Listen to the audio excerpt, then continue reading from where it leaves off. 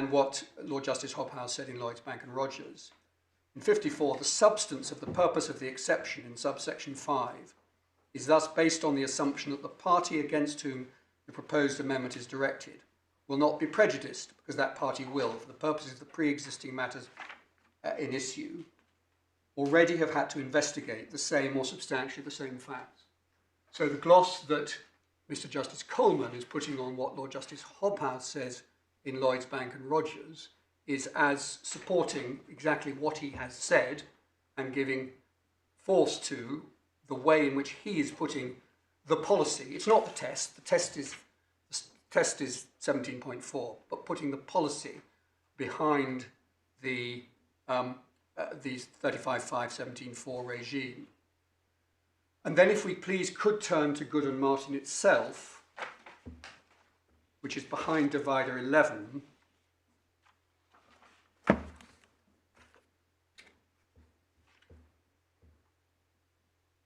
In the judgment of Lord Justice Brooke, at paragraph 31, internal page 1837.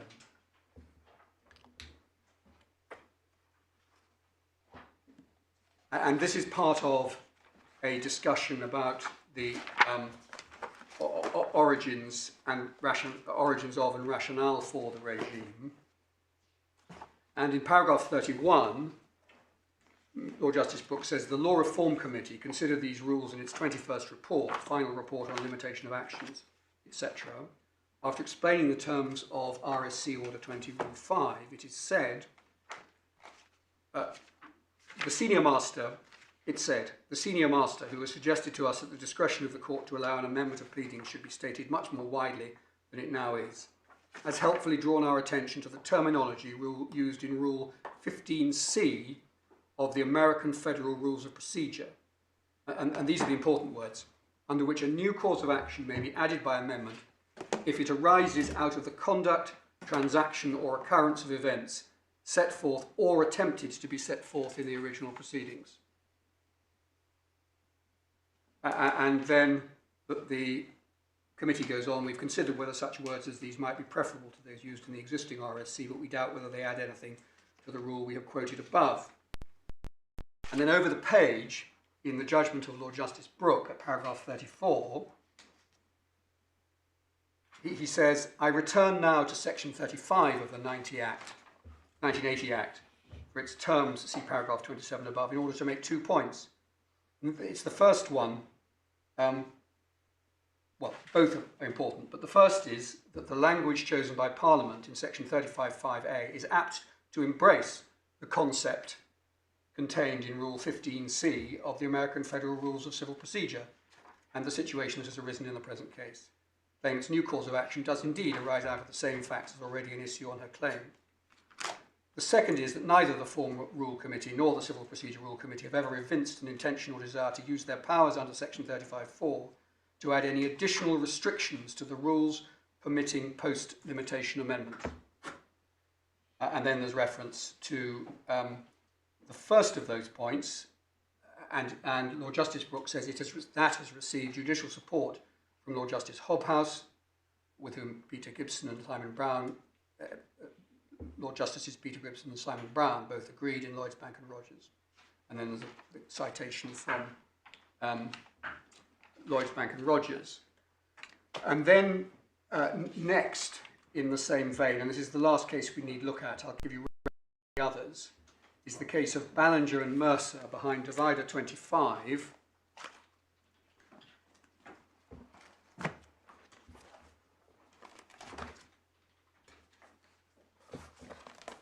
Again, we don't need to be concerned with the facts, but if you turn to paragraph 34 at internal page 3611,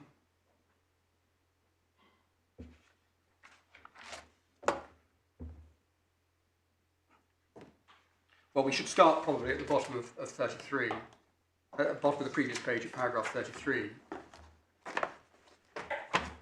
Although he did not refer to authority, the judge correctly formulated the relevant question in this manner in the light of the decision of this court in Good and Martin. That question derives from section 35.5 of the Limitation Act, the language of which, as pointed out in that case, is not accurately or faithfully reproduced in CPR 17.4. Helpful guidance as to the proper approach to the resolution of the question was given by Mr. Justice Coleman in BP and Aon. And then there's that whole passage 52 to 54 that's set out. The simple point being it includes their approval and adoption of what Mr. Justice Coleman says includes that paragraph 54, which ties together what the policy statements in both Good and in Lloyds Bank and Rogers. And we see the same, citing that whole passage, in the MasterCard case at paragraph 40, in the Samba case at paragraph 39, and in another case that's in the bundle at tab 32 called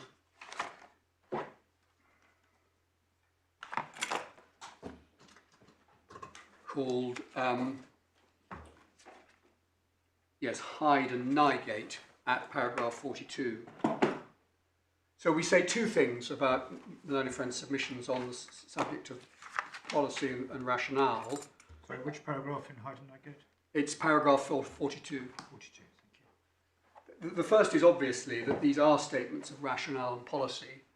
They're not and could not be writing of the requisite tests. But the second is that it is not right to say that somehow, which I think was the drift of what my friend was saying, that somehow one is left with a single policy or a single test of whether or not the original claim is going to be litigated in any event.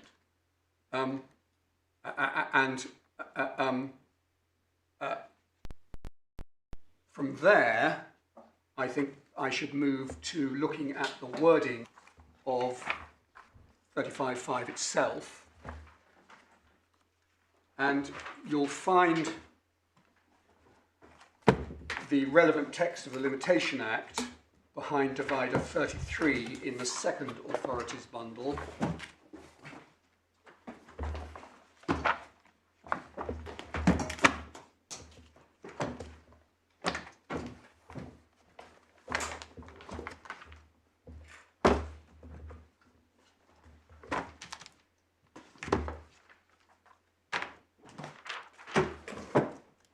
And the key words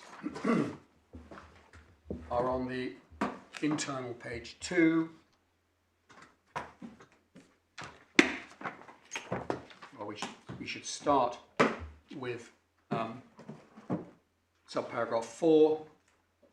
Rules of court may provide for allowing a new claim to which subsection 3 above applies to be made as they are mentioned, but only if the conditions specified in subsection 5 below are satisfied, and subject to any further restrictions the rules may impose. The conditions referred to in subsection 4 above are the following, and it's A that matters. In the case of a claim involving a new cause of action, if the new cause of action arises out of the same facts or substantially the same facts as are already in issue on any claim previously made, the words previously made are, we submit, significant. Previously made in the original action.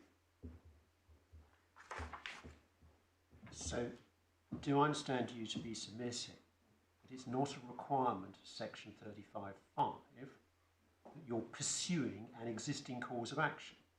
A new cause of action could be entirely in substitution for the previous one.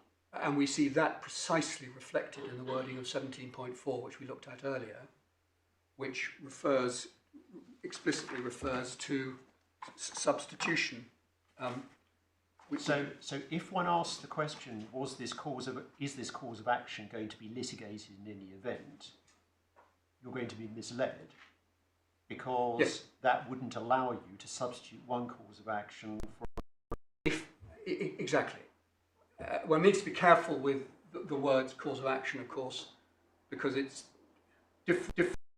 differently expressed in different contexts. Some would say, and I think I'm going back to Latang and Cooper here, that a cause of action is itself merely the set of facts. Indeed, and we don't need to turn it up, but in Robertson Gill, Lord Walker has a problem with treating cause of action as simply a set of facts when you're trying to apply the 17.4 test. But to the extent one's talking about the legal claim, and I think we touched on this morning, it's entirely, it's not uncommon, quite frequent, that a legal flaw appears in the claim as originally formulated and the remedy as specified, and for that matter the remedy is specified both in the claim form, the brief details of claim, and in the particulars of claim, but the facts are there and the claim can be salvaged. And if that happens outside the limitation period, as in this case, what the court is looking at is whether the facts are the same or substantially the same. I was going to... So the effect of what you're submitting is that it means substantially the same facts as have been put in issue on any claim. That has to be the sensible construction. I'm going to say something about its relationship to 17 point. And indeed, and indeed the way in which the Civil Procedure Rule Committee must have been looking at this. And the point I wanted to remind the court of was 17.42 itself. The court may allow an amendment whose effect will be to add or substitute a new claim. And that we submit is entirely consistent with what one sees in CPR in section 35.5 when it refers to when it refers in terms to any claim previously made in the original action.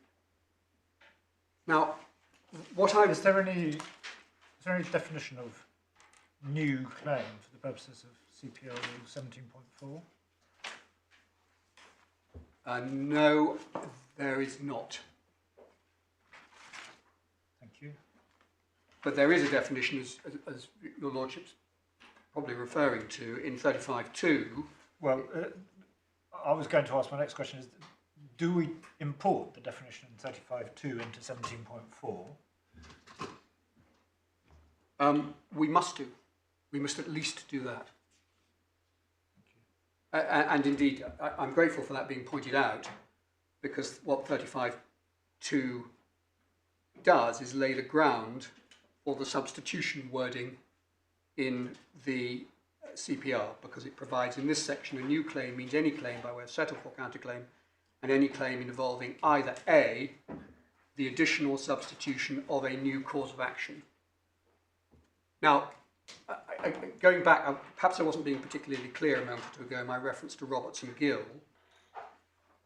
New cause of action there looks as if it means new legal claim, as opposed to New set of facts. New set of facts.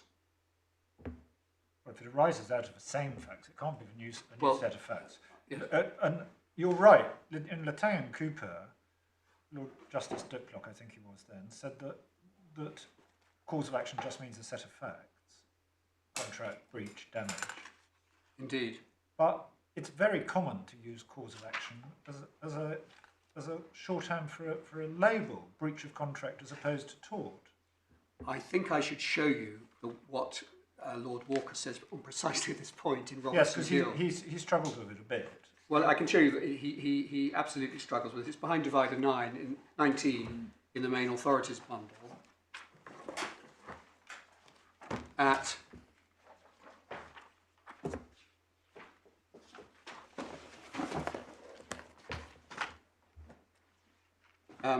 its judgment starts at paragraph 94, and I haven't marked. Certainly, it's dealt with somewhere here. I don't want to waste time. Yes, if we go to paragraph 107, This is the very point. Sorry, Mr. Alonso, where are you now? 107 in the Tab. Supreme Court in Robertson Gill, behind divider 19. Thank you.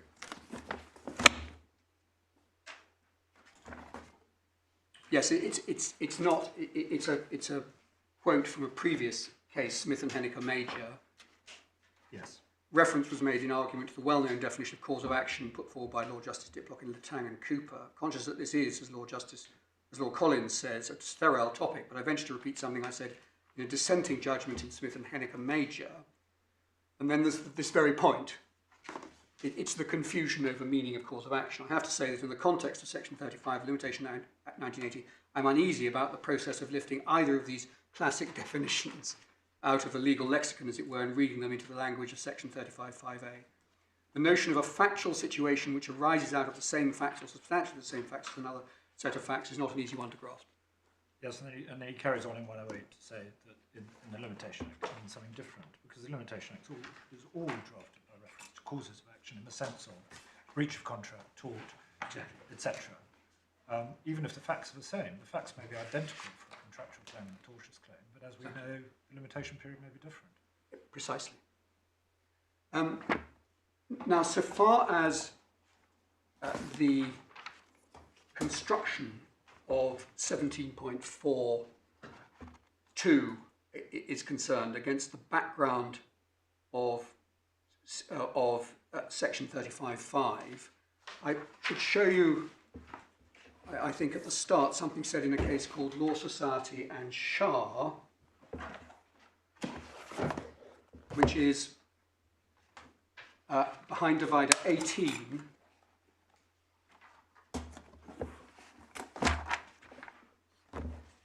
In the main authorities bundle. It's a decision in the Chancery Division of Mr. Justice Norris, and the facts are complicated, but I don't believe we need to concern ourselves too much with them for present purposes. The passage that we need to look at is paragraphs at 27 to 28.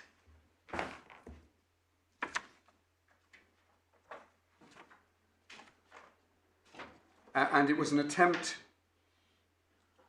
to invite Mr. Justice Norris to disregard the words in respect of which the party applying for admission has already claimed a remedy. And then a submission was made to the effect that the words of CPR Rule 17.42 do not follow and are more restrictive than, and that's certainly right, the words to be found in Section 35 of the 1980 Act itself. Key words of Section 35(4) are rules of court may provide for allowing a new claim to be made, but only if the conditions specified in subsection 5 below are satisfied, and subject to any further restrictions the rules may impose. And then we've got the well-known 35(5)(a), and Mr. Justice Norris says, in short, the statute invites a comparison with facts which are already an issue on any claim previously made in the existing proceedings, whereas the rules invite a comparison with the facts in respect of which the party applying for permission has already claimed a remedy. The difference does not seem to me to matter. The power I'm exercising is one conferred by the rules, and it is to the rules I must look. The fact that different rules might have been made under the statute does not assist. The statute says only that new claims shall not be allowed unless rules of court are made, that the rules of court must at the least confine the permitted new claim to one where the facts are substantially the same as those already in issue, but that a more restrictive rule may be made. A more restrictive rule has in fact been made. Now that is against the background of a number of things I would like to say about construction of 17.4, which is what the court is primarily being asked to apply, what the court is and was being asked to apply to the proposed amendments, now the amendments in question. Because as I understand it, the highest that my friend can put the case, and does put the case, indeed this appears from the express words of his skeleton, is that 17.4 is somehow to be construed so as to accommodate, we accept it's got to be construed to be consistent, or rather the preferable construction is that it be construed to be consistent with 35.5, but he says essentially the effect of 35.5 is to add a further condition and requirement on top of those that are specified, or on top of that which is specified in 17.4. And we make these submissions in our main skeleton, and we come back to them at various points in our supplementary skeleton. But can I just take your lordships through the steps in our main argument on this point? The starting point is... Can I be sure what it is you accept? You said you accept that 17.4 has to be construed consistently with 35.5. If it can be. Well, if it can't be, it's ultra various, isn't it? Well, that's the point I'm just about to. That's the point I'm just about to make. It's not suggested that it's ultra various. Well, I've said expressly in the skeleton. If it doesn't fall within what Parliament has said, it's ultra various. I've taken that point. Well, I'm not sure to what extent there's any disagreement between Well, you.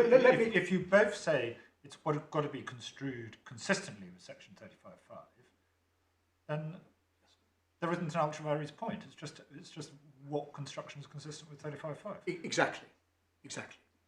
But I'm not aware that it's actually being said, and if it is and was, I'd expect it to be rather more developed. That the Rule Committee are acting outside their powers in providing Rule 17.4. But at any rate, the steps in our argument are that the court's powers are stated in CPR 17.4. We say made by the Rule Committee within its powers under the Civil Procedure Act 1997. And you'll find the relevant extracts from the Civil Procedure Act 1997 behind divider 35 in the second authorities bundle. Do you want to look at that? Or? It is worth turning it up briefly. What? Divider 35. Section 1 provides there are to be rules of court to be called civil procedure rules governing the practice and procedure to be followed, etc.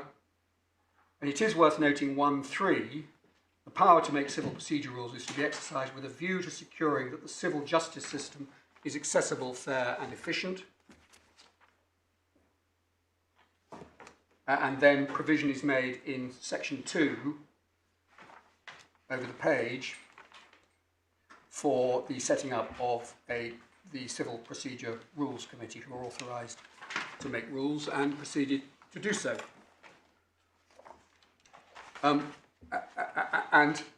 I wasn't aware that it was being suggested, as I say, that 17.4 is somehow ultra vires, but I hear that for the first time. We submit that it's the first time that any such suggestion has been made, as far as we know, to any court, and it really doesn't make any sense to describe 17.4 as being made ultra vires. My friend will show me, presumably in due course, where he's made and developed this point. I'm not aware that he has. Well, my lord, I don't think there's an issue. We can get rid of it very quickly. The short point, which we say, the contrary is unarguable. It's on page 94. It's paragraph 52. It has to be read. 17.4 has to be read consistent with the provisions of section 35. I mean, the contrary is impossible to argue. And the only point we've made at A is if you can't do that, which we disagree about, and particularly because the Court of Appeal in Good and Martin added in the critical words that were missing, so it's a hopeless point. But if you do say you can't do it, the rule's ultra vires. Well, everybody's saying that it is to be construed consistently with the statute. We've been told what you need to do to, yes, at least in one respect, to make it consistent with the statute. All right. Well, let's move on. Ultra vires seems to be a bit of a red herring. It probably is. It needs to be construed to be consistent with 35.5. But the next step in our argument is that 17.42 is clear and specific and there cannot be any ambiguity about it. Indeed, that's the approach that the Court of Appeal took in Good and Martin. The reason that they were able to interpolate aspects of Section 35.5 into Rule 17.4 was not as a matter of construing 17.4, it was a matter of making the legislation and this subsidiary legislation with the Human Rights Act. So we start from the position that 17.42, in what it says, is clear and specific, and there is no ambiguity about it. If it's not construction, it's, what is it, amendment? Or, I mean, the court doesn't normally have power to rewrite legislation of any kind, does it? Well, I'm not suggesting it does. What I'm seeking to submit is that when one looks at 17.42, it in fact gives expression to an entirely rational and sensible construction of Section 35.5a itself. That's the point. Right. I think you accept, as I think we are bound to accept, what the Court of Appeal said in Good and Martin, and was repeated in Samba, binds us. In other words, you have to read Rule 17.42 as if the words, as are already in issue, are read into 17.42. That's what the Court of Appeal said, wasn't it? And then the question then, at that point, is well, what do the words are already in issue mean? And is there any inconsistency? Does that create any inconsistency with the express wordings of 17.4? But my question was, are we not bound by what the Court of Appeal has said in Good and Martin? 17.4 is to be interpreted as meaning, and leave aside whether it's an interpretation or a human rights point. It doesn't matter. The Court of Appeal in Good and Martin said, and it's part of the ratio because it's the basis on which the case was decided, that when you read 17.4, you have to read in the words, as are already in issue, to make sense of 17.4.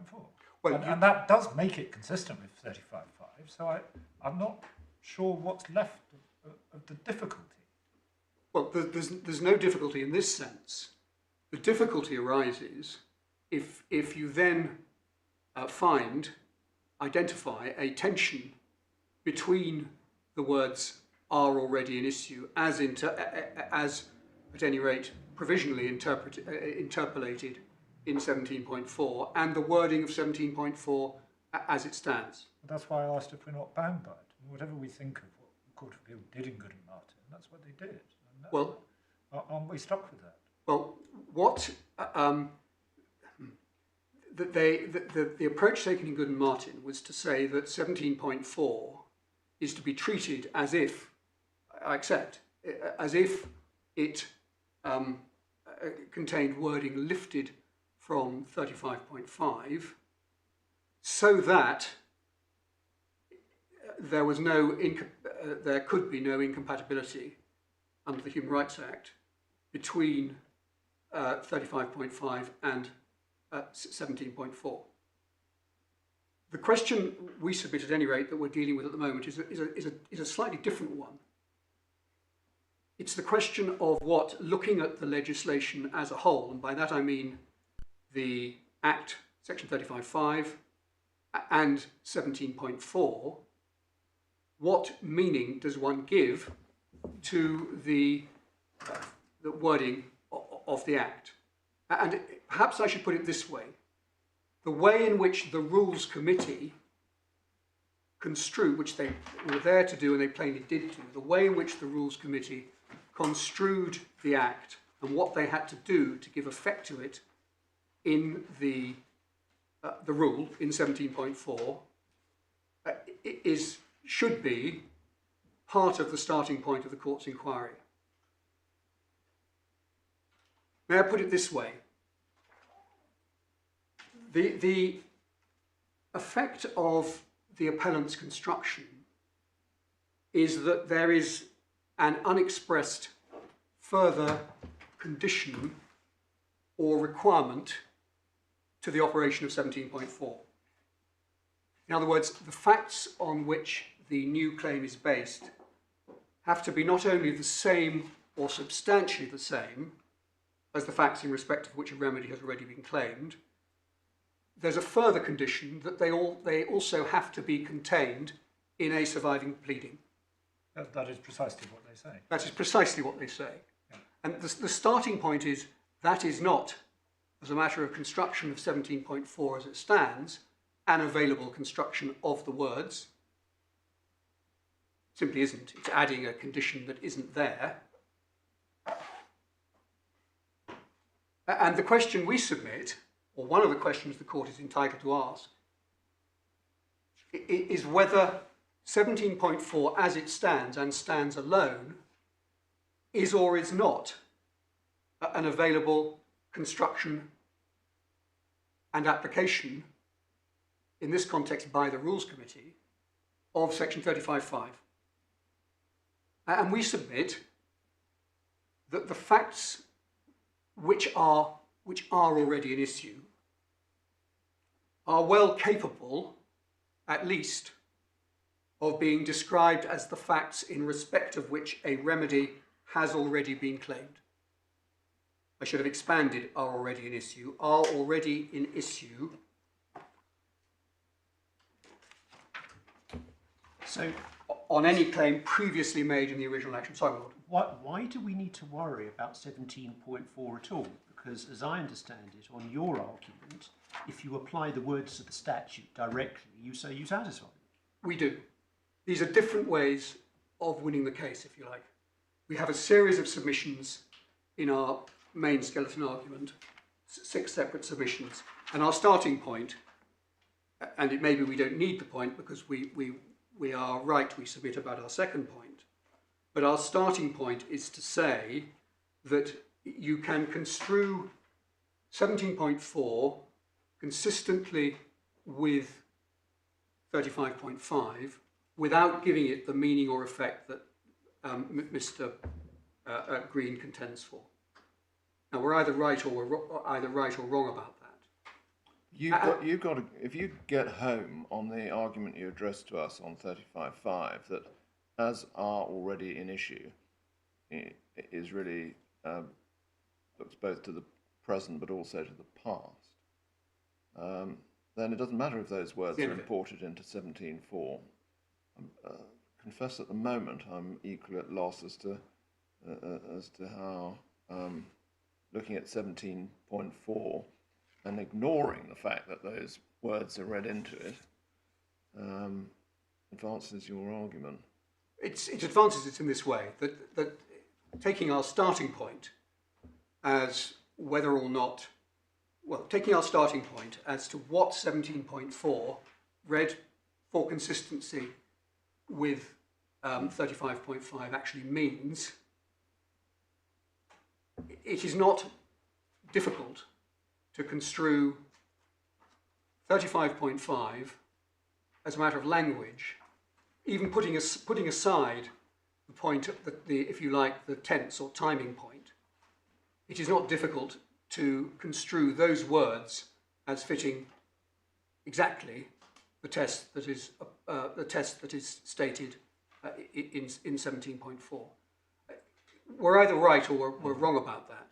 It's based on a submission which we make in our first skeleton, that if anything is ambiguous here, it's section 35.5, not 17.4.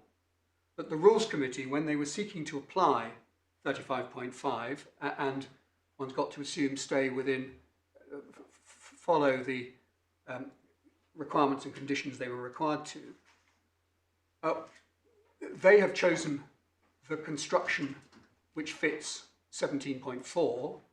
They have not chosen, and we know that because they haven't built expressly in the language of 35.5 as my friend says it is to be expressed. Does it matter what the Rules Committee thought Section 35.5 meant? I mean, we're not bound by what the Rules Committee thought it meant. We have to decide for ourselves what it means. I completely accept that. It is of some relevance. Again, I'm labouring the point, but the point is simply this, that our first submission is that you don't in fact need to look any further than 17.4. It is 17.4 as it stands is represents by its terms an available construction and application of section 35.5. Because does it come down to this? You invite us to read 17.4 even against the background of 35.5 and what the Court of Appeal said in Good and Martin, as if it said the same facts or substantially the same facts as in issue on any claim previously made. it does. And that's essentially what 17.4 as it stands says. Thank you. But that's our first main submission. It was the logical starting point. But the second reflects the point that Lord Justice Floyd raised a moment or two ago, that far too much weight is being put on the word "are" in section 35.5, that facts in respect of which a remedy has already been claimed, i.e. under the language of 17.4, are themselves necessarily already in issue. That is, one supposes, unless the action itself has already been dismissed. And when one does the required exercise of looking at the remedies claimed by the new pleading, the re-amended claim form, and the re-amended particulars of claim, they arise out of the facts on the basis of which a remedy was claimed in the original brief details of claim, and the facts that are stated in detail and then responded to in detail in the defence. Those facts are, and were at the time that our application to amend was made, in issue. The words in section 35.5 do not mean, they don't say and they do not mean pleaded in an extant statement of case. We see the reference to previously made, which plainly allows for, well, on the face of it, it's a reference to a claim previously made at whatever point and howsoever. And the references to substitution, both in the Act and in the Rule 17.4, which refers to adding or substituting a new claim, they should and can and should be read as recognising that facts already in issue, recognising that there are and will be facts already in issue, whether or not the original claim survives. And as we then say, in the sense in which the claimants, the appellants seek to construe 35.5, we know from the defence that the facts as they appeared in the brief details of claim and in the re-amended particulars of claim were and continued to be in dispute. Can I put a different case to you, which might be rather more common than the rather unusual situation we have in this case? Claimant brings a claim, pleads two causes of action, A and B, and pleads the facts in support of A and B. At some subsequent stage, claimant decides that claim B isn't viable, or summary judgment is given on it, or it's struck out. At any rate, it disappears from his pleading, but he still carries on with claim A. And then at a subsequent date, he wants to add claim C, which is now statute barred. He can clearly compare it with the facts pleaded in support of claim A on either party's case. But would it be your case that he could also compare it with the facts previously pleaded in support of Claim B, even though that claim has now disappeared from the action? That particular scenario may well be covered by a case called Carr and Formation Group. And I think the answer to your Lordship's claim is no, he couldn't in those circumstances. What's the difference? Well, no, if a deliberate decision has been taken, we can look at Carr and Formation Group if that's helpful. If a deliberate decision has been taken to remove entirely from the claim, in other words, from the claim form, from the particulars of claim, and then at a later stage you want to reintroduce it, that can cause a problem.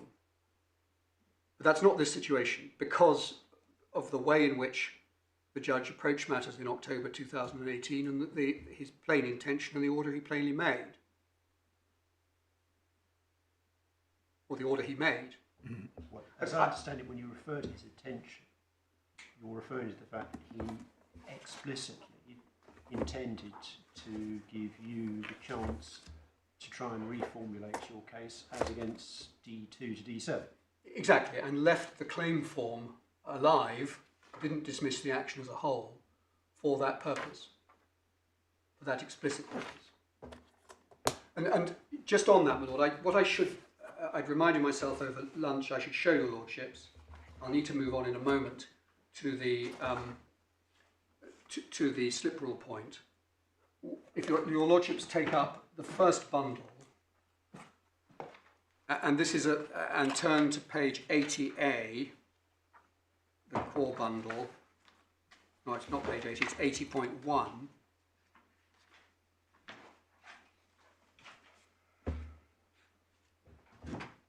This is the draft order this is the order that we would be inviting the court to make if we're right. We're wrong about everything else, but we're right about application of the slip rule or 3.17. And the reason I'm taking your lordships to this now is because it helps to illustrate what went wrong here and what has given rise to what we submit is an entirely unnecessary argument. Because what we would propose, if your lordships turn to page 2 at paragraph 3, is that the error or the tension or the difficulty arises because of the placing of the words in 3.1, the re-amended particulars of claim are struck out and the claims advanced and them are dismissed. And the solution, which gives precise effect, at any rate we submit, to what the judge intended, is to delete 3.1 and turn paragraph 3 into a much more straightforward unless order that provides for the striking out the dismissal of the action by reference both to the claim form and the re-amended particulars of claim, as we see those referred to on the third page of the draft order. Yes, and so the advantage of that is it takes out the bizarre use of the word and, which is something that I've constantly struggled with. Yeah. Because in the original order it says the re-amended particulars of claim is struck out, the claims advanced are dismissed, and unless. Indeed. Which seems completely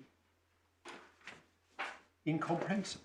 Well, it does. I wasn't there at the time, and these problems can arise. And nobody knew or thought this was a problem until, I'm bound to say, the 5th of March 2020, when the argument that the court lacked the jurisdiction to make the order that it did was first raised. I accept that the phrase "in issue" had been brought in by my friend Mr. Adkin when it came to the exercise that the court had to engage in. But the first time that any point was made about it affecting the jurisdiction of the court to allow the amendment was when Mr. Adkin was on his feet on the 5th of March 2020 when we were dealing with the consequential. You said 5th. Do you mean 3rd? I think it was I may mean the 3rd. I thought it was the 5th of March. The order's dated the 3rd. Let me look at the chronology again. Page 253 of the core bundle.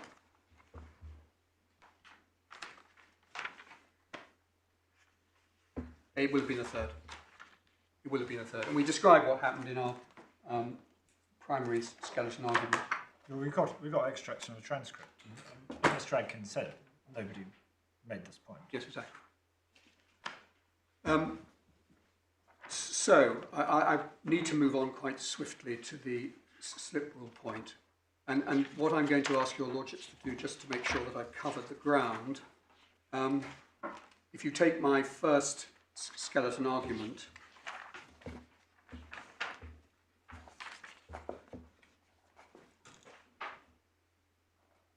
and turn to page 18,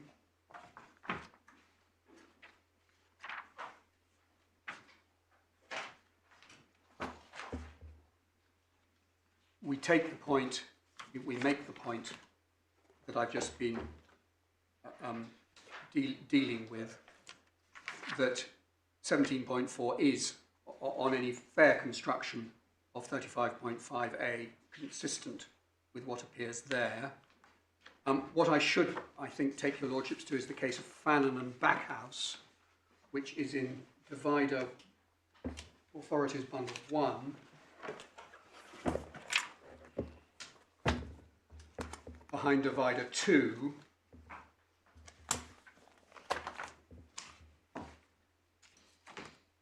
Again, this has somewhat complex facts.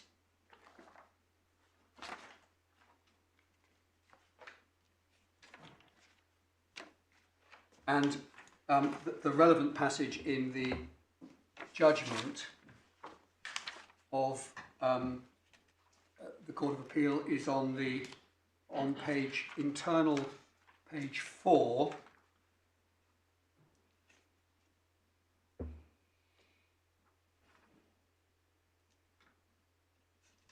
And yes, the paragraph that begins, Mr. Burt's for the plaintiffs sought to overcome this difficulty by saying the words as are already in issue refer only to facts were in dispute. He said correctly that the facts of the father's death and probate were not disputed by the plaintiffs.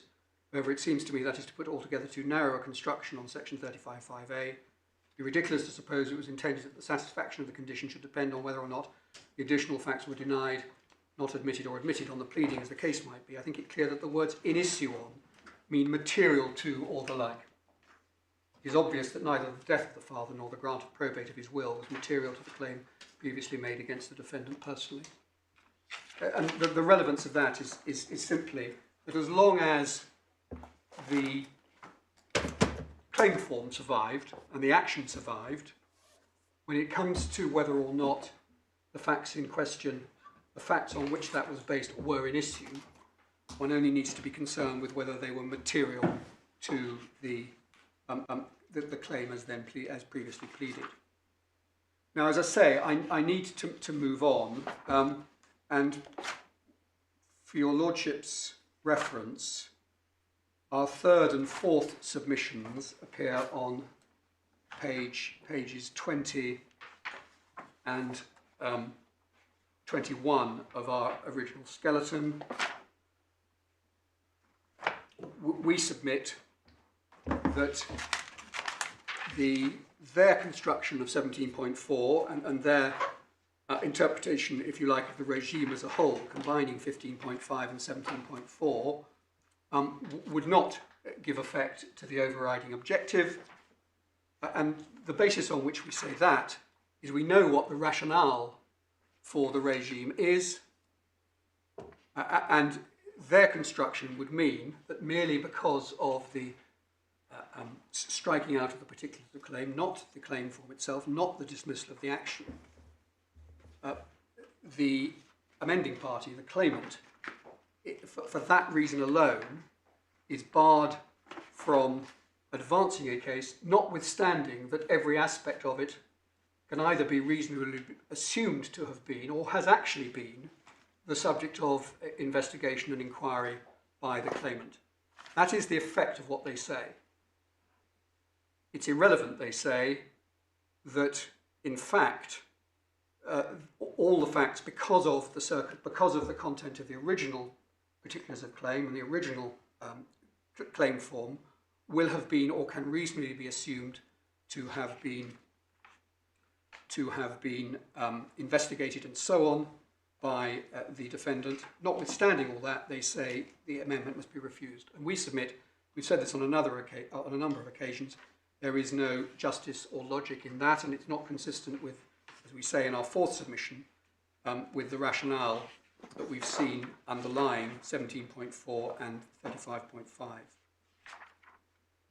And then we say, reflecting Good and Martin, nor is it consistent with rights of access to the court under the Human Rights Act, again reflecting the rationale for 17.4 and 35.5. That's the policy if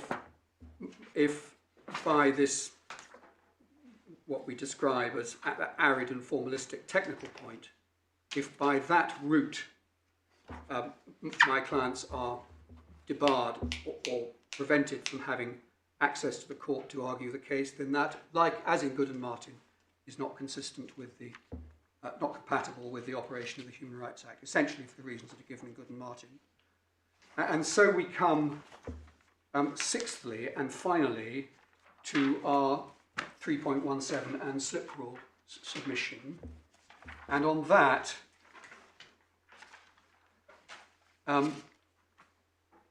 dealing first with what happened. We know what happened. We've been over it a good deal today. We've seen the order and what it provides. We've seen what the judge's intention was by reference to his October 2018 judgment, in particular paragraphs 122, and by reference to a large number of references in the transcript for the consequentials argument on the 23rd of October 2018. And we've also seen what he says on, well, I'm not sure we have seen, we should see it again, what he says on this very subject at paragraph 75 of the judgment under appeal, behind divider 12 in the main bundle.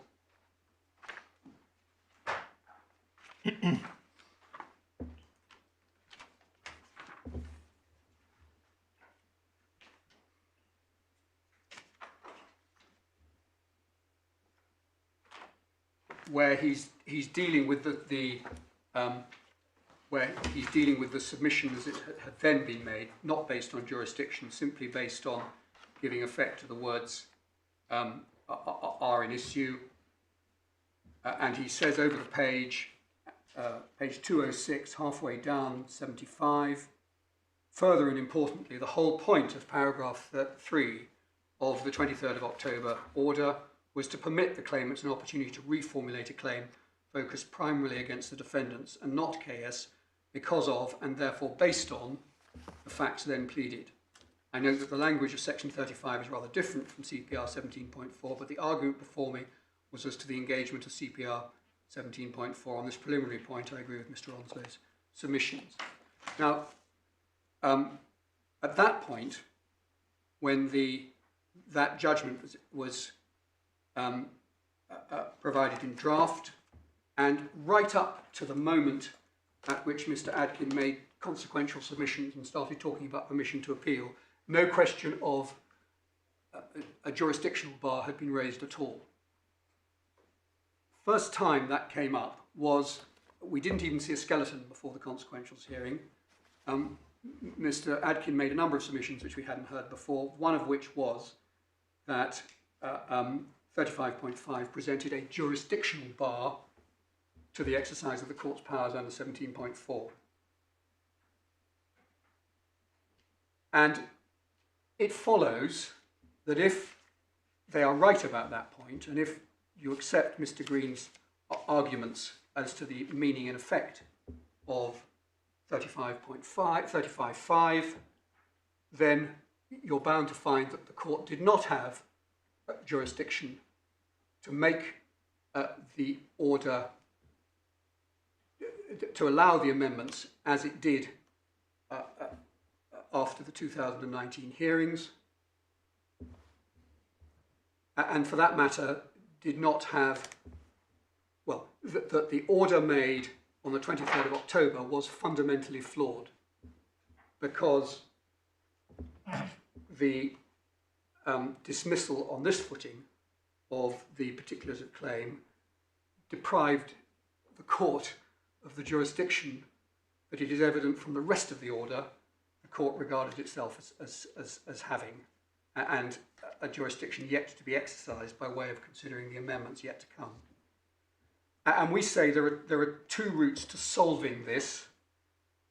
The first is the slip rule. Before you come to a solution, in your skeleton at paragraph 53.1, you say the October 2018 order does not give effect to the court's intention, which is evident. Can you formulate what you say the court's intention in making that order was? Because I think it's quite important, if we're going to go down this route, to understand what you say was the court's intention, which was not given effect to. The court's intention was to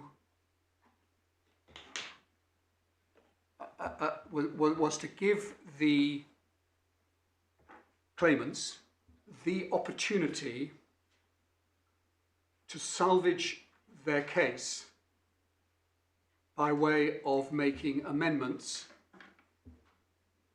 to the claim form and the particulars of claim. And in order to make an amendment, you've got to have something to amend. Yes. Yes. If there's nothing to amend, you can't amend it. Well, precisely. Give us the opportunity to amend the claim form and the particulars of claim to advance new causes of action in the non-Latang-Cooper sense, notwithstanding the expiry of the limitation period. Well, you see, one of the reasons I asked is because you've put in that a reference to a limitation period. But it's not obvious whether the judge had limitation in mind on the 23rd of October 2018. He seems to have, well, at one point he said limitation's not an issue. Mr. Atkins said, well, there's a relation back point. But we don't find in his ruling or in his judgment any real grappling with the limitation consequences. And if it wasn't a limitation, if there wasn't a limitation point, there wouldn't be any difficulty with what he did. Well, I was wrong perhaps to bring in the limitation words. If we stop without those, the simple point is his intention, what he thought he was doing, was giving us the opportunity to invoke powers under the CPR to have the claim form and the particulars of claim amended. And the problem is, your Lordship will understand, perhaps I should have come ready with a ready-made answer to your Lordship's question, but well, you say it's obvious. All right. No, that's fair point. Fair point. The problem is that if the defendants are right, the court had, on the situation that was in fact facing the court at that point, and against the background of the proceedings and the timing and everything else, the court in fact had no jurisdiction, or would not have jurisdiction to even consider or allow the amendment. And I'm reminded by Ms. Holderness that perhaps the best place is in paragraph 75 of the, well, it's the passage I just took the Lordship's to. Yes, where he says the whole point. The whole point. So that is the position. And I was going to just show your Lordships a bit about the slip rule. Paragraph CPR Rule 40, 12, please.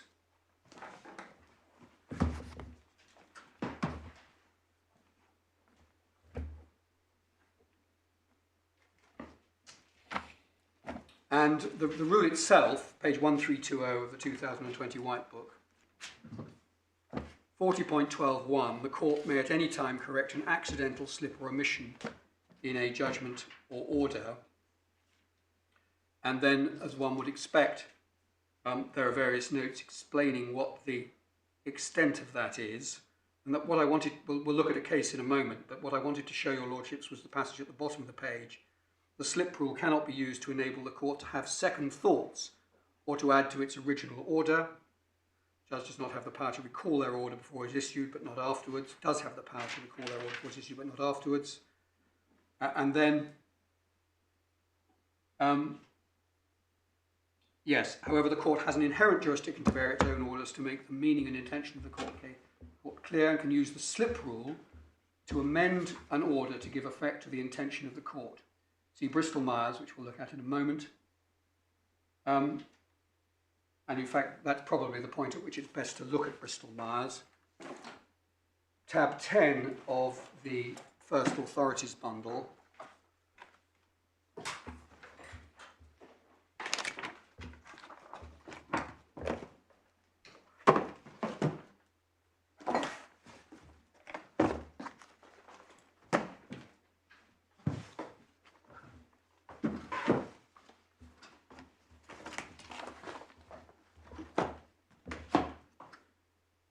And what had happened was the Court of Appeal had made an order in dismissing an appeal.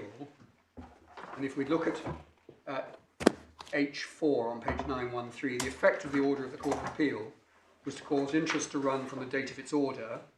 This meant that the amount of interest that had accrued pursuant to the judge's order up to the date of the Court of Appeal order was lost. And then going down, claimant argued that the court had no power to amend its order in the way sought because the mistake, if there was one, was as to the legal effect of the order and was not an accidental slip or omission within the slip rule. And then allowing the application in part, and over the top of the page at 2, the slip, well, one makes it, no, that's 40.8, that doesn't apply. 2, the slip rule could not enable a court to have second or additional thoughts, and once the order had been drawn up, any mistakes in it had to be corrected by an appellate court. However, it was possible under the slip rule to amend an order to give effect to the intention of the court. And then at 4, the terms of the order did not meet the intention of the court, which was to vary the judge's order to remove the restriction. And the terms of the order did not meet the intention of the court contained in the judgments. This produced an unexpected legal effect. The order setting aside the whole of the judge's order on costs was an accidental slip which could be remedied under the slip rule.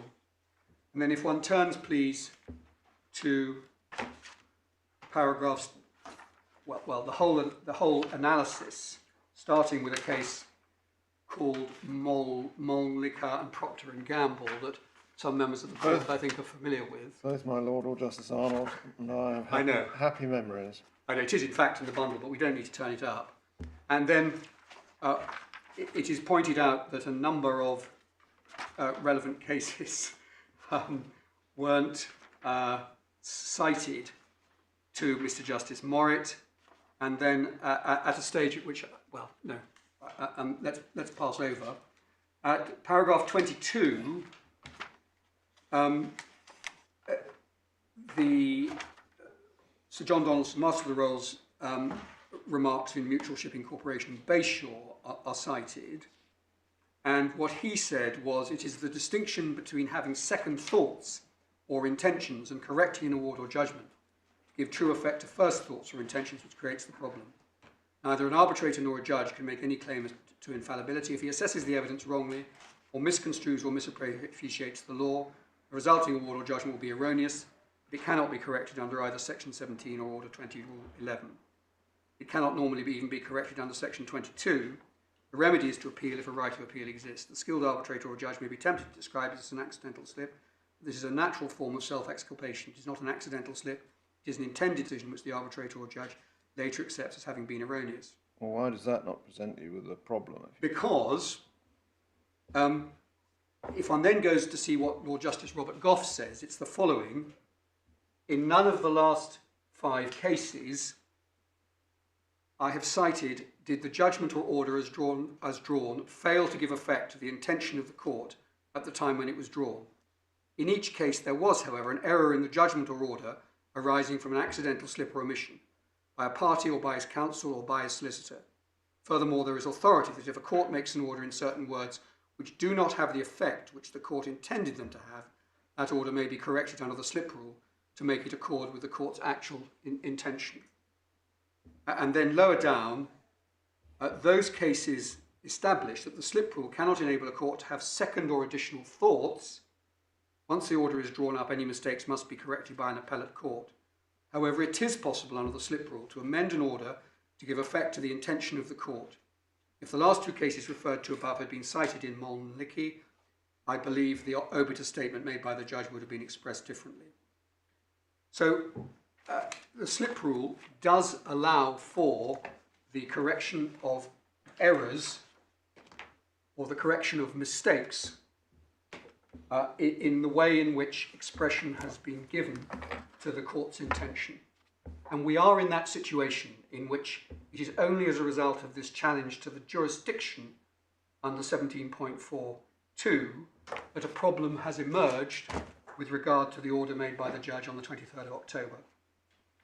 And then 3.17, can I show your lordships the white book at page 63. Just before you leave the slip rule, Yes. the judge did say, both in paragraph 122 of his judgment and in his ruling, that what he wanted to do was strike out the particulars of claim and leave the claim form. He explained why he wanted to do that, which was to give your clients an opportunity, if they could, to reformulate the claim. But his actual intention was very clearly expressed, and that's what his order does. It strikes out the particulars of claim against your clients as well as against King Sturge. And it strikes out the claim form against King Sturge, but it does not strike out the claim form against your clients. So why is this not a case where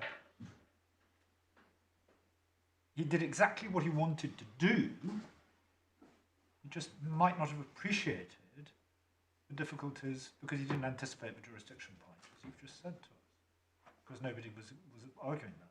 Well, that's we say precisely why this case falls within both the slip rule and 3.17. If one asks oneself the question, if this problem had been raised, i.e., that if it had been pointed out to the judge that by, on the one hand, dismissing the particulars of, striking out the particulars of claim, on the other, he would be preventing himself from, or preventing any judge from entertaining an application to amend because of the terms of 17.4, because of the limitation problem, then that order would not have been made.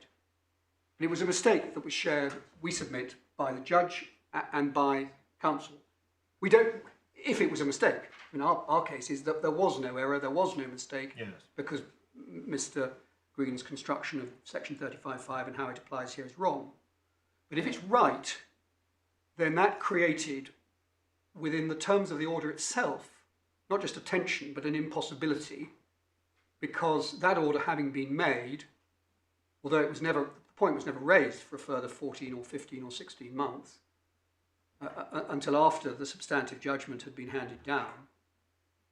As soon as that point was raised, if right, it created a very significant problem with the order that the judge was then making.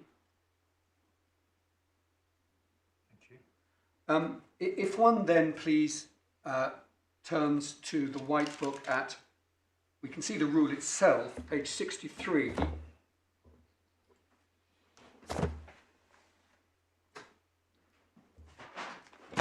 At 3.17, the power of the court under these rules to make an order includes a power to vary or revoke the order.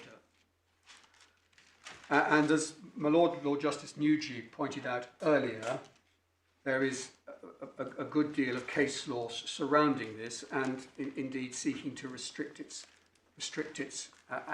ambit. And we see that picked up at page 75,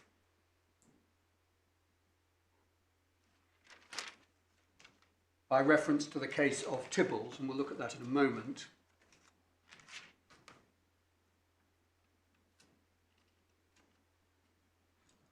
And it's the judgment of Lord Justice Ricks, in which the bounds and what was called principled curtailment of the scope of the rule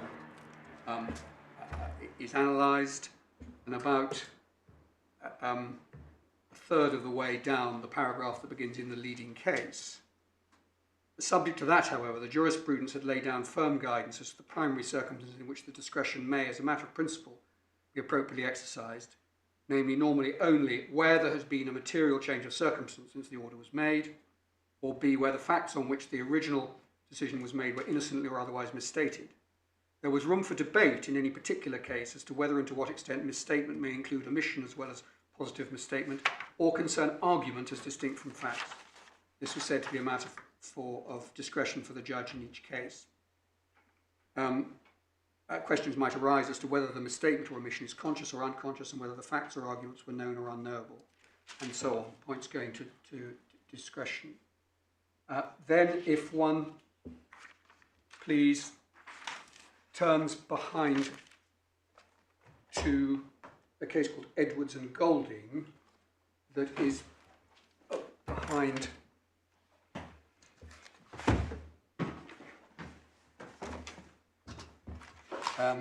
it is divider 15, please, in the main authorities bundle. This is a case very much on point.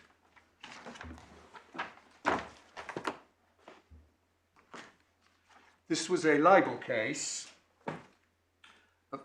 For your note, my lords, you'll find the Westlaw extract or abstract of the judgment, which will essentially serve as some form of head note at the back of tab 15. The facts are of some relevance. This was an action against a first and second defendant, a libel action. The first defendant was never served, and then in the course of the action, the claimant discovered that the remaining defendant had, in fact, no role in the publication of the offending material, and discontinued the action against the existing second defendant. At which point, at the same point, the claimant applied to join Mr. Griffin as a defendant. And as the court pointed out, the problem with that was that there was in fact no live action continuing on any footing, and that what the claimant should have done at that point was to start a new action. But nonetheless, the Master Heir ordered the joinder of Mr. Griffin, and then judgment in default of defence was entered against him. Mr. Justice Tugendhat granted the application to set aside that judgment on the basis of an application under CPR 3.17, on the footing that there had been a fundamental mistake made by the Master as to the effect of his order. So the judge didn't appreciate the relation back principle. The Master didn't. Exactly. And then on appeal, it was argued that that was all wrong because 3.17 did not apply. And then if we look, please, well, we see how the issue arises from paragraphs 12 and 15. And the issue was whether the realisation that the Master had been operating under a fundamental mistake as to the nature of his order triggered a right to apply under 3.17. And Mr. Justice Tugendhat said that it did, and that was upheld by the Court of Appeal.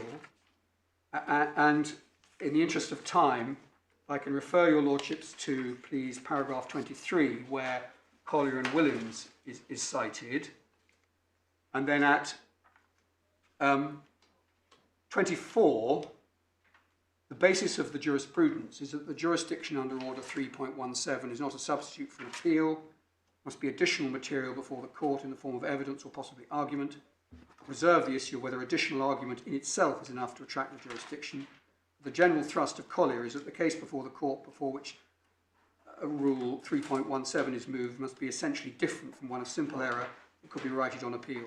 As pointed out in the course of argument, it would be very striking if, taking the words of Mr. Justice Patton literally, new facts could lead to Rule 3.17 being applied, but that did not apply to a case such as the present, where not new facts, but a completely new understanding of the nature of the Master's order was before the judge. And then at 26, there's then a quote from what the judge said, and the second part at paragraph 36 in the judgment, the Master's mistake as the effect of the order of 1st December 2005 is fundamental. Given that the limitation period had clearly expired, the order is one which he had no jurisdiction to make, whether in the form which it intended to make it or at all. In these unusual circumstances, it seems to me that this is a case which does come within CPR 3.17. I would respectfully agree the procedure adopted by Mr. Edwards' lawyers was misconceived. It led to Master Eyre making an order that he had no power to make, A, because there was no live action, and B, because the limitation period had expired. Master Eyre did not decide item B. If he had, that would be a matter for appeal. He made an order intending to keep that issue alive, but the form of the order frustrated his intention. It was open to the judge to hold that since the application should never have been made in that form, it could be set aside. That is not to usurp the power of the Court of Appeal, but rather to correct a fundamental procedural error. And it's the words, the important sentence is, he made an order intending to keep that issue alive, that is the limitation issue, but the form of his order frustrated his intention. And that's what we submit has happened here if the appellant is right in their primary ground of appeal. So that's why we say that we are entitled to apply or entitled to have that error rectified under either the slip rule 4012 or under 3.17. And this is one of those cases in which it doesn't actually make any difference which you go under. I should say finally, subject of course to any further points the court has for me, the objections to the court taking that course, which obviously only arises if we're wrong about our primary arguments, is that it is said that there was a procedural election, as I understand it, both when, well, there was a procedural election when we sought to appeal the order of the judge, and again when we went ahead with our amendment application. That, we submit, just cannot be right in circumstances where the problem that is now facing the court, if it is a problem, did not emerge until after judgment on the amendment application had been given. It didn't emerge until the 3rd of March 2020. So it's impossible, we submit, to say that there was any form of relevant procedural election if we simply did not know what we were electing between, which we did not, because no jurisdiction point had ever been taken. But in any case, the point has not even been decided yet. We don't know what the answer to the main issue is. And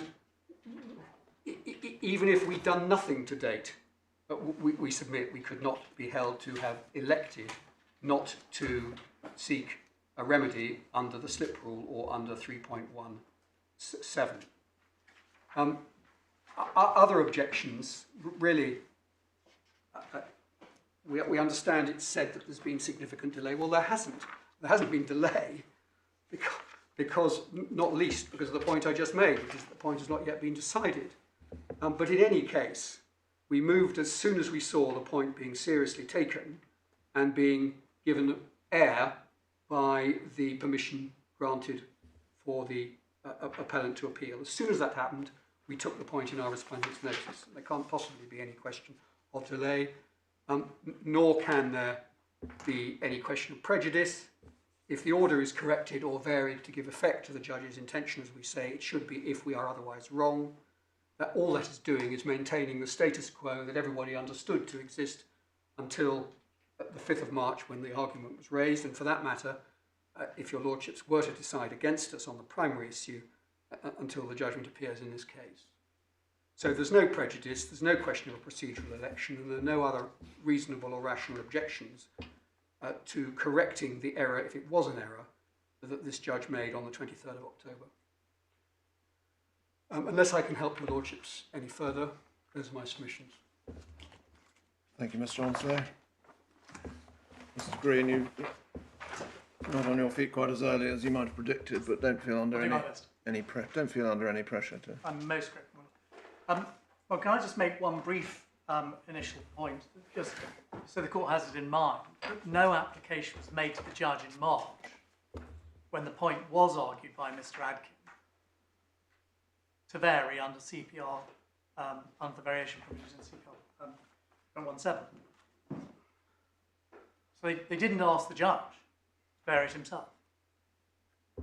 So it's not quite right to ignore that point. Going back to the issue of striking out the statement of case, can I just begin very quickly by taking the page 84 in the white book, just to look at 3.4, because it is significant that when the CPR were introduced, what had previously been confined in the RSC to does not disclose a cause of action was widened under 3.42a to accommodate a more active control by the court of what proceedings went ahead. And that is why 3.42a says the statement of claim discloses no reasonable grounds for bringing or defending it. And that is different from disclosing a cause of action. And you say that encompasses factual grounds as well as purely legal? It absolutely can, my lord, yes. Because when an essential factual element is shown to be incapable of argument, it's capable of embracing those factual grounds. And that's why... Do we have the text? I think it was Order 18, Rule 19, wasn't it? It was, my lord, yes. Do we have back in those days. The text of that? I haven't got it here. Is it in any of the cases? I seem to recall it said doesn't disclose a reasonable cause of action. Doesn't disclose a reasonable cause of action, exactly. Wrong. I think it said something like frivolous, vexatious, or otherwise. Well, that's the other ground. Yes. That was the other ground. Yep. There was a silken chambers used to begin every defence without prejudice to precisely that point. So the short point is 3.42a is wider. That is why up and down the country every day people apply, make the application jointly. And it confers on the court a discretion, which the court has to exercise, and was exercised by this judge, and he decided to strike out the particulars of claim. And that decision, that the order striking the particulars of claim out, was appealed unsuccessfully to this court. Yes. So we respectfully say it was perfectly clear that he did intend to strike out the particular claim.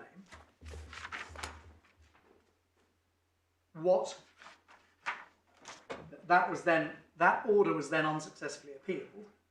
It is perfectly fair to observe that what he did intend to avoid was an abuse of process argument. We saw that writ large in the transcript. The Henderson and Henderson point. Precisely. Yep. But what he did not have in mind, as far as we can tell, was limitation. Well, we don't know, because Mr. Edkin did flag it. Well, he certainly, we would respectfully say that the effect of making the order he made is perfectly clear, which is simply this. He left open a theoretical possibility, and he accepted in the transcript, it may prove insuperable. But presumably you would accept that he can't have intended to make an order which would prevent the very thing that he was going to allow the claimants to do, namely to make an application to amend. His intention. My lord, no. I take it in He stages. wasn't intending to shut them out altogether. No, my lord, I'll take it in stages if I may, and I'll stages. What he intended to do was leave open the theoretical possibility the reality of which he hadn't been fully addressed on because it was all ad hoc, because he read out the long judgment, and which he accepted on the face of the claim form, and the position might be insuperable, of a reformulation of a pleading based on the claim form. And that's what we know from what he said. And he did not intend to, in some way, disapply the Limitation Act.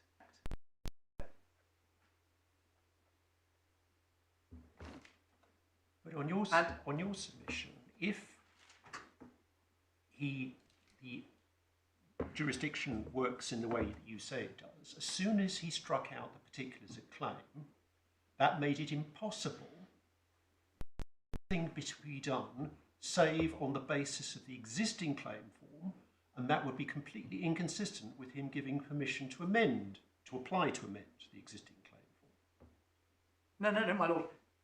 If there was, so my Lord Justice Nugee pointed out there were rather modest amendments to the original claim form, and if the amended claim form, which we have in the bundle at 31, was capable of amendment within its own terms, such as it could run against the defendants in some way, he was prepared to entertain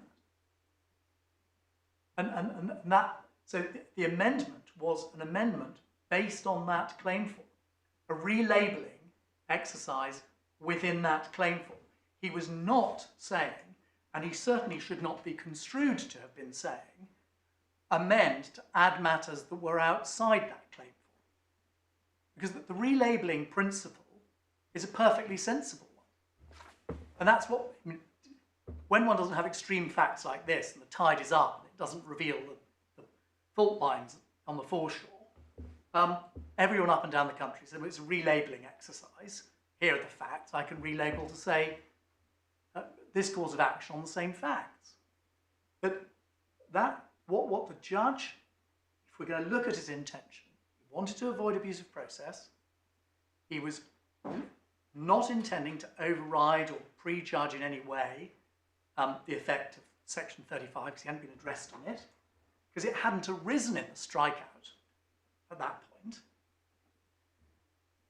What he was doing was leaving open a fairly threadbare, or hanging by a thread, possibility of a reformulation within the four corners. So what particulars of claim would it be legitimate then to serve in pursuance of the amended claim form? So, my lord, what one could perfectly properly do is, once the claim form had been permissibly amended, the particulars of those following from those amendments could be pleaded. But my lord, I can demonstrate there are two real problems if one isn't careful with this. The first is this: under the CPR, there is a period between service of the claim form and service of the particulars of claim. There may be. A period allowed. Yes. It's 14 days. 14 days. Yes. And my lord, it's not infrequent that can be extended by agreement between the parties. So the question is, if my learned friend's analysis of the function of a claim form and particulars of claim are right, how does Section 35 bite on a claim form? Is the court disabled from saying... As I said this morning, it's perfectly common and standard to amend your claim form before you've even drafted your particulars of claim. Well, precisely, my lord. You must be capable of doing that. Precisely. And that must be capable of being tested against Section 35. Precisely. Rule 17.4. Precisely. So that's exactly... What do you do if there are no facts in the claim form? How does it work? Well, the Take the example which is extremely familiar to my Lord Justice Floyd and myself, which is a claim for infringement of a patent. So the claim form will simply say this is a claim for infringement of patent number X. So the only fact will be the identification of the piece of property. There will be zero particulars of any facts. So how do you tell, on the basis of the claim form, whether it's statute barred or not? You can't tell until you get the particulars of claim, or in fact, more particularly, the particulars of infringement. Well, my lord, with respect, I mean, that cannot quite be right, because otherwise the parties are in a position where if they hold back on serving their particulars of claim, they're in a much better position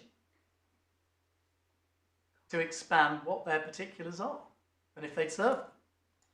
And the court is unable to say whether a claim form can be amended as applied for. Surely the Lord Justice answer Nugee said is it works the other way around. Sorry? Which is, the rule works the other way around, which is you can't improve your position date-wise, so you're still subject to the date as of which you issue your claim form, but in assessing whether you've pleaded a cause of action which is legitimate as at that date, you take into account the subsequently served particulars of claim. That has to be how it works, isn't it? Well, my lord, you do. We'll come to Carr, which makes it absolutely clear, the learned friend very fairly conceded, that where you delete something, that is then disregarded. And that's why in our skeleton, in the principles we set out, we specifically referred to Carr at page 96. I mean, it's trite law that you look at the pleadings as they stand at the date of amendment. And in Carr, paragraph 42, Mr. Justice Morgan, and I'll show you that if I may, it's tab 30.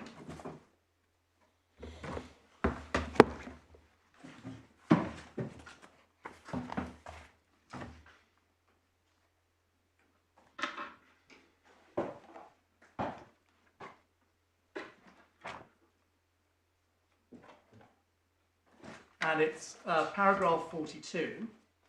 It's my Lord Justice Nugee's example, isn't it? It is precisely the example.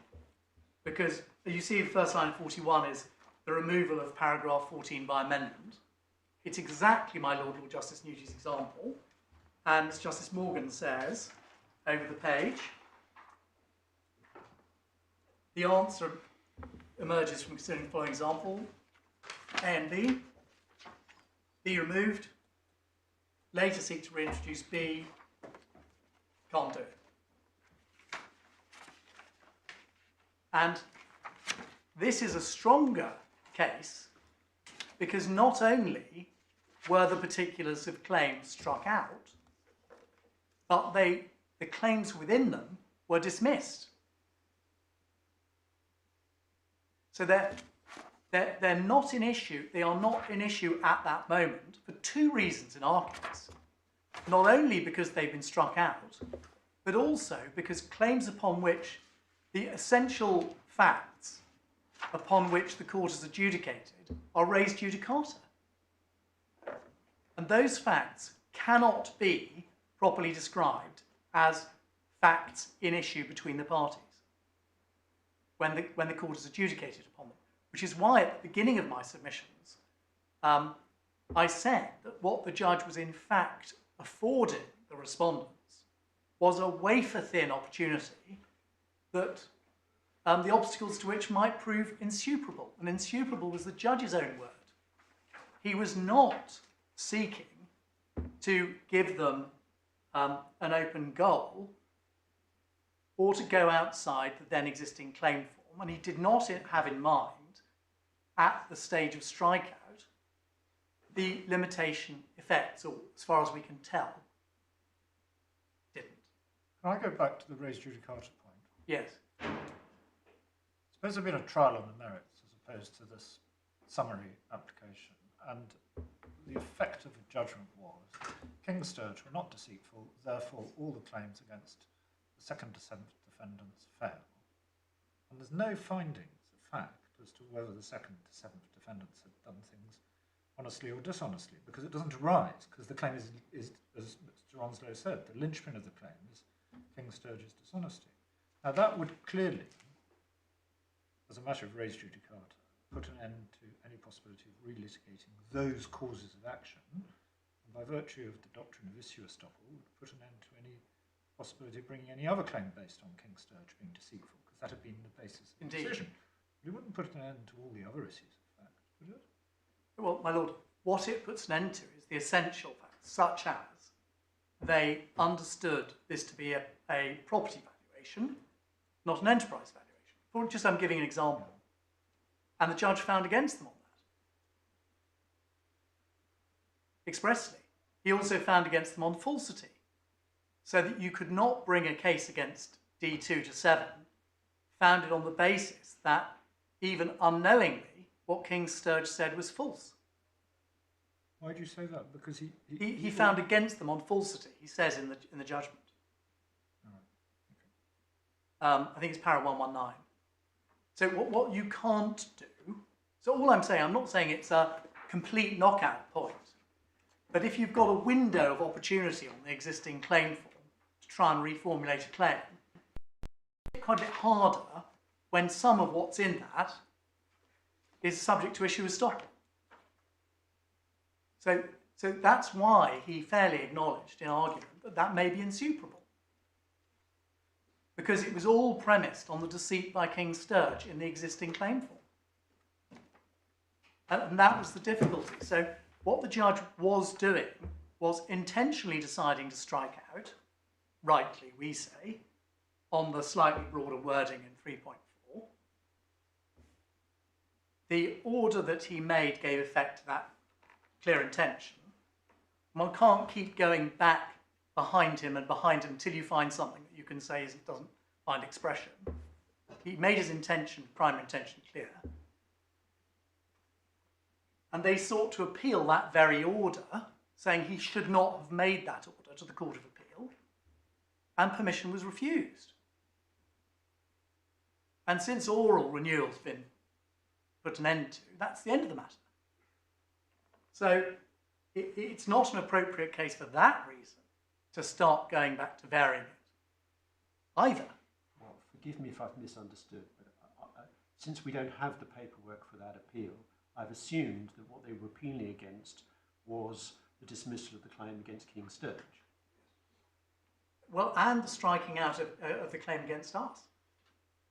Well, I think we need to see the appellant's notice if you're going to say that. Well, if the linchpin was reinstated, as it were, then you would have been beneficiaries of the appeal in that sense. But the focus of the appeal was the finding of the availability of a dishonesty claim against King Sturge. And my lord, yes. Yeah. But I mean, the point is that there was a dependent claim. Yes, for us, yeah. And so we were the beneficiaries of permission being refused. Mm. That's certainly correct. But it is... Your point is simply, although they did appeal, presumably the dismissal of a deceit claim, they didn't put in that appeal, as far as we know, anything saying the form of order doesn't work. No. Because as Mr. Onslow accepted, he didn't appreciate, nobody appreciated the form of order didn't work. Indeed. For limitation purposes until the jurisdiction point is taken. Yes, and that was in March, at which point they didn't apply to vary or change under the slip rule to the very judge who made the order. So that's that point. And then in relation to the second danger, so the first danger, my lord, is this difficulty about the court being able to adjudicate on the amendment of a claim form. And if someone tries to amend a claim, I mean, we had the same thing in post office. There was going to be a fight about it. The claim form was going to be amended. And we had to agree a way of dealing with it on the MasterCard and Deutsche Bahn basis. I mean, the court can adjudicate on an amendment of a claim form. And that is a barrier. And in answer to my Lord Justice Arnold's point, I'm hesitant to trust this into patents because I've only ever done one case, and that was Shanks and Unilever, which I think my Lord Justice Arnold and my Lord Justice Floyd participated in. that was a triumph, Mr. Green, a triumph. Well, but I was very much a duck out of water, a fish out of water. But where there is a bare allegation, one has to look at what is essential to the allegation. And that is what is definitely comprised in the claim form.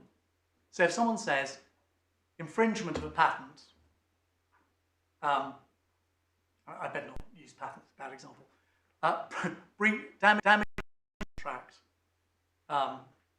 dated and identifying the contract and so forth. And you do have to identify the contract. That's what Mr. Justice Aiken had said. Yes. Yes. You can't just issue a writ or claim form saying damages for breach of contract. Yes. That's bad. You have to say damages for breach of this contract. Yes. And there are dicta, I can't remember which case it is, saying you also can't just go wild, keeping your fingers crossed something's going to come up. You can just say in the claim form, damages for breach of the contract dated the 1st of June 1979, and without specifying what the alleged breaches are. Indeed. And the question, there are two questions here. One is that situation, and the other is the situation in which the party elects to put in nails its colours to the mast in terms of what its actual claim is. This is Trollope and Coles. The writ says defects, but the statement of claim says air conditioning, and then you can't bring in a brickwork claim because it's a separate cause of action and it's not arising out of the same facts. But that by that stage, you've got a statement of claim. The difficulty that I think that we're facing, one of the difficulties, is at the stage at which the judge left matters on the 23rd of October 2018, there was no particulars of claim because they'd gone, but there was still a claim form, and it must have been possible to amend it because he envisaged that. Yeah, my lord, yes. But what we say is, for the section 35 purposes, and I'll explain a very good example which shows this in sharp relief. Section 35 purposes, he cannot have intended to go beyond what section 35 would allow, and we say that was on the basis of that claim form. So, as it were, an amendment of the claim form to reformulate what was in the claim form so that they could bring a claim only against D2, D7. The judge accepted that there might be insuperable obstacles. It wasn't apparent how they could do it. The answer is they can't. But the second problem, my lord, is this. It's when one looks at the judge's judgment in paragraph 72, I think it is. Sorry, 76. We get the point about related to, and the policy point about not having to investigate investigation completely outside and unrelated to the facts to be investigated in evidence. And that's the point that is in my learned friend's purpose argument. And I need to take that head on, because with respect, if you apply that and you forget about the express terms of section 35, you will get it wrong. And I can give a good example. Let's assume that King Sturge had been sued for negligence. The reason, in this case, not possible, because there was an exclusion clause in the joint venture agreement, so only claims of fraud can happen. That's why we're all at the level of fraud, regardless of what lies underneath. But let's assume a claim had been brought against King Sturge for negligence. And that had been particularised, saying that they knew X, they knew Y, they knew Z, and so forth, and they were therefore negligent. It is impossible to say that their state of mind and information about their state of mind is outside and unrelated to the facts to be investigated. And yet, you can't add in a fraudulent claim of deceit. That's Paragon and Zachariah. And that's trite. So I just use that as a very simple example on this case of why, as soon as you cantilever yourself out from the words of section 35 and the focus on already an issue, there lies madness. And you don't need to have the particular claim to reach the Paragon and Zachariah conclusion. If you had a claim form which said, we are claiming damages for negligence against King Sturge in sending this letter in breach of their duty of care, you could not add, outside the limitation period, a fraud claim, and you can do that just on the claim form. You don't need any pleading. My lord, that's exactly my point. So that is capable of being adjudicated. It's trite law, and you get an opposite answer if you only apply this subsidiary consequence of the policy. Well, I think everybody accepts the policy is not a substitute for the wording of the statute. Mr. Right. Winslow accepted that in terms. He said it Yes. should be used to inform the construction of the statute. My lord, yes. But the concern is that there is the only point I'm making is there is a real danger of this going wrong if one gets away from the phrase already in issue. And that is the present tense. And when you have words like previously in issue, that's always the court saying already in issue. It doesn't mean was in issue and gone, because that's car, and that would be wrong. So I appreciate I've been sort of rowing roll against the tide, but in the end it becomes a simple question. The judge made an order which he clearly intended to make. He intended to keep open a wafer thin theoretical possibility, subject, of course, to the proper application of Section 35.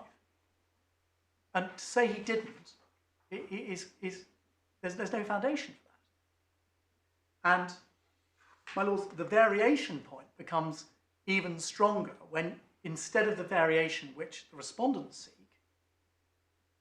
if one was to go with, we're going to remove the strike out of the pleading altogether,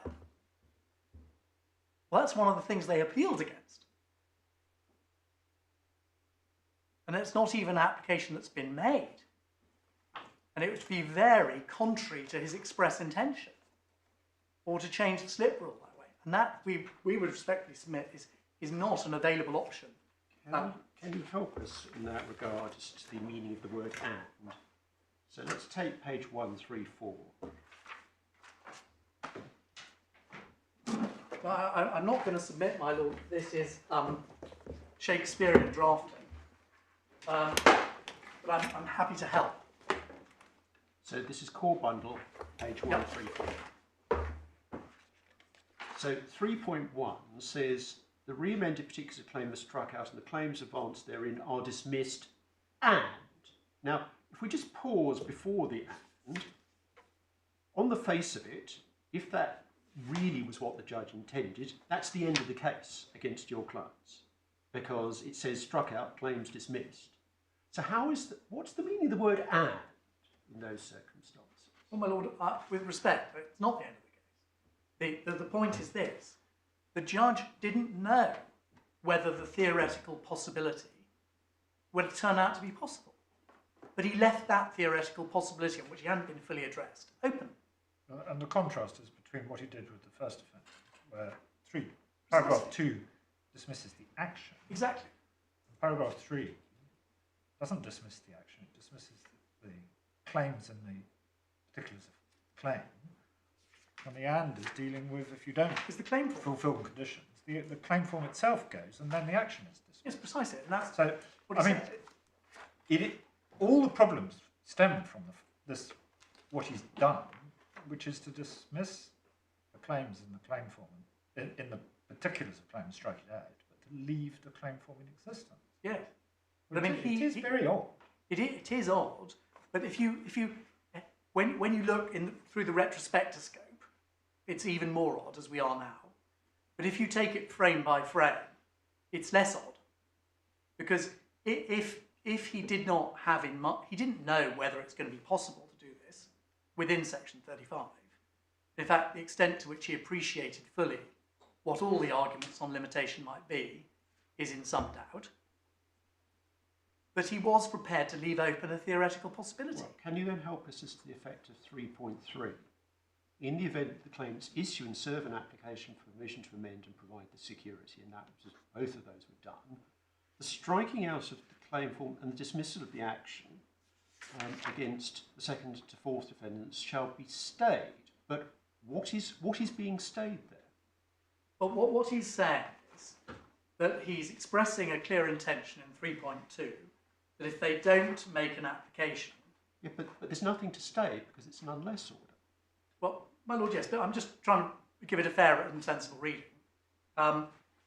What he's clearly saying is 3.2 is dealing with is making an unless order, the sanction for which is striking out of the claim and the action. without further order. So, And then what he's clearly saying at 3.3 is, however, if they do make an application, yes, then the striking out of the claim form of dismissal, which is what he's minded to do, will be stayed. Well, it hasn't happened. It doesn't really mean stayed. It means the question of whether it be struck out He is suspended. does. You're right. Your lordship's right. I mean, it's a perfectly fair observation, but one's trying to make sense of what he ordered. so I take that as an acceptance that even on your reading of this order, it's procedurally incoherent. Because No. even on your submission, 3.3 little Roman 1 can't mean what it actually says. Well, my lord, he didn't deal in his judgment with what his intentions were at 3.3 little 1, but he jolly well did in relation to 3.2. He made that very clear at 120. So he made it perfectly clear that 3.1 and 3.2, he made that very clear in his judgment. I accept that it's not well drafted in 3.3, but that's not something that he canvassed in his judgment in the same way. So we can't discern. So the extent of which there's any incoherence in drafting is not to be read up from 3.3 into 3.1 and 3.2, which gave clear expression to what he said was his intention, which is to strike it out as he says and dismiss the claims, and then have an unless order thereafter.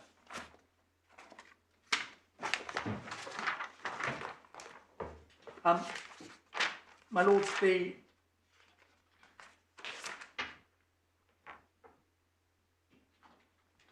what I need to deal with. Okay. Can I just invite your lordships to have in mind in Good and Martin, I don't want to go on about this, but there is the passage in Good and Martin, 1840, in tab 11, where the court expressly says that the effect of these adding the words in is to bring them closer to the terms of the statute. And I don't need to... I think we've got that, although they had a different goal in mind in doing that. They wanted to bring in the defence. But your argument is a sort of perhaps unconsidered spin-off of what they did by bringing those words in. Well, I mean, the Court of Appeal says what it means. Absolutely. So, I mean, in fact, it's not about, it's not a one-way system. This is not, there's only a liberalising policy in relation to Section 35. It's not the case at all. Good Martin was a very sensible outcome on its facts, which was placing an alternative construction on what had happened based on the competing versions in the defence. It wasn't about having your claim dismissed and struck out and then coming back for a completely different version. So,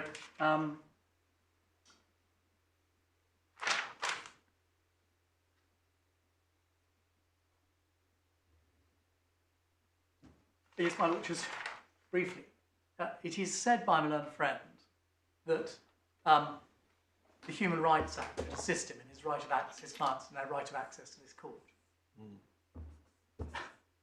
They have had, we're on version 7, they have arguably had far greater indulgence than many judges would have given them, particularly where there was unless order drafted and they then sought during the course of the amendment hearing to change the version that they had filed pursuant to the unless order.